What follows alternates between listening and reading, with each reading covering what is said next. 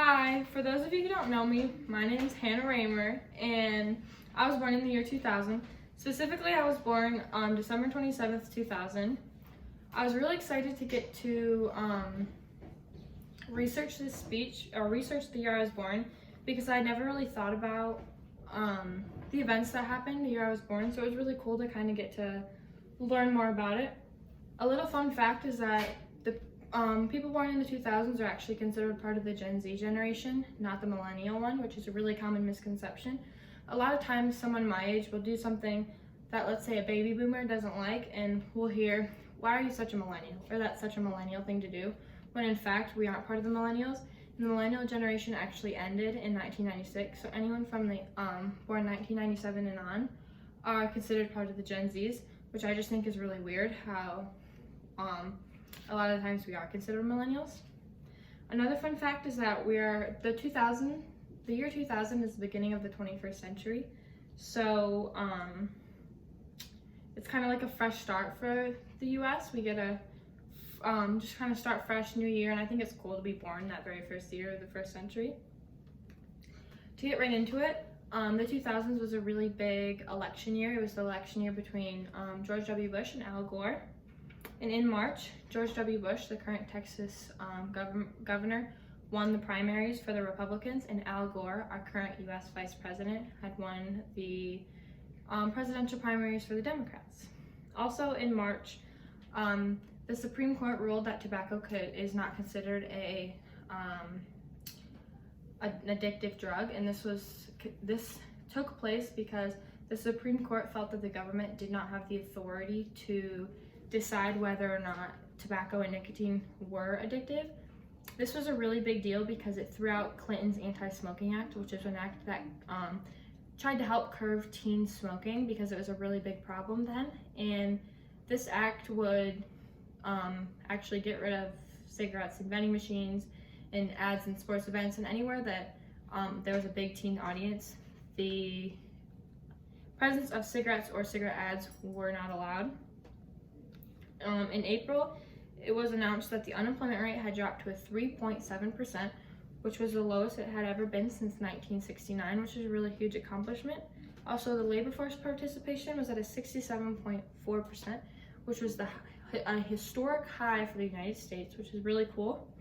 Also, the 2000 census declared that there were 281,421,906 U.S. residents. Also in April, Vermont legalized civil unions, which basically is the same thing as giving full benefits to same-sex marriages, which was really cool because Vermont was actually the first state to do this, to give all those benefits to same-sex marriages, which was then a really big step in the right direction for LGBTQ communities, and probably had a really big role in the rights that they have now today and the treatment in which they are received today, which I think is really cool.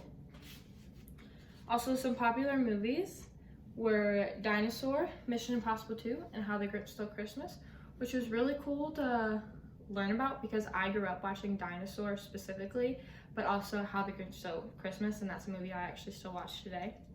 Some popular artists were Outkast, Eminem, Coldplay, Radiohead, and U2. That was also really cool because Eminem and Coldplay are artists and bands that you still hear on the radio today.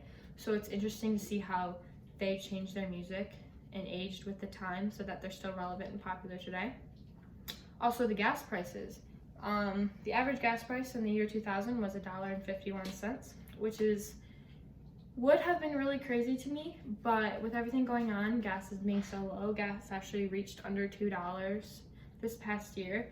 But in previous years, it's gone anywhere up from $2 to $4. So $1.50 is really cheap for gas. In November of the year 2000, Bush ended up winning the presidential election, but the results didn't end up coming out till almost a month later because of the Florida recount. This presidential election was very controversial because of the Florida recount. A lot of people said there were issues with the ballot. So a recount was requested but ended up being denied by the Florida governor, which was actually George W. Bush's brother. A lot of people say that this occurring costed Al Gore the election because he had won Florida's popular vote but lost the Electoral College vote, which ended up losing him the election.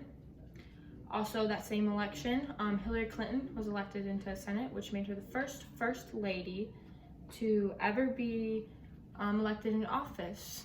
A little girl power right there. Finally, in December, the Wakefield Massacre occurred, which was something I had never heard of before researching this. The Wakefield Massacre was when Michael McDermott, an Edgewood technology employee in Massachusetts, killed 7 of his employees by shooting them in the back of the head. He shot off 37 rounds with a .32 caliber pistol, an AK-47, and a 12-gauge shotgun.